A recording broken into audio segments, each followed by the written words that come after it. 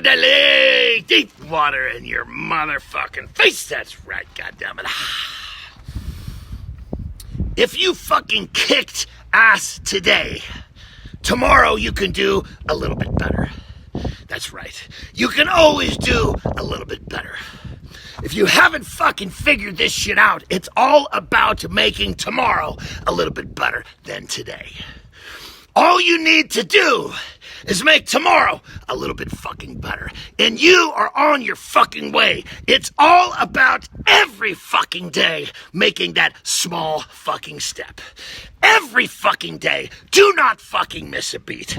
Do not fucking miss a meal. Do not fucking miss a workout. Do not miss anything you need to be successful, because you gotta make tomorrow a little bit better.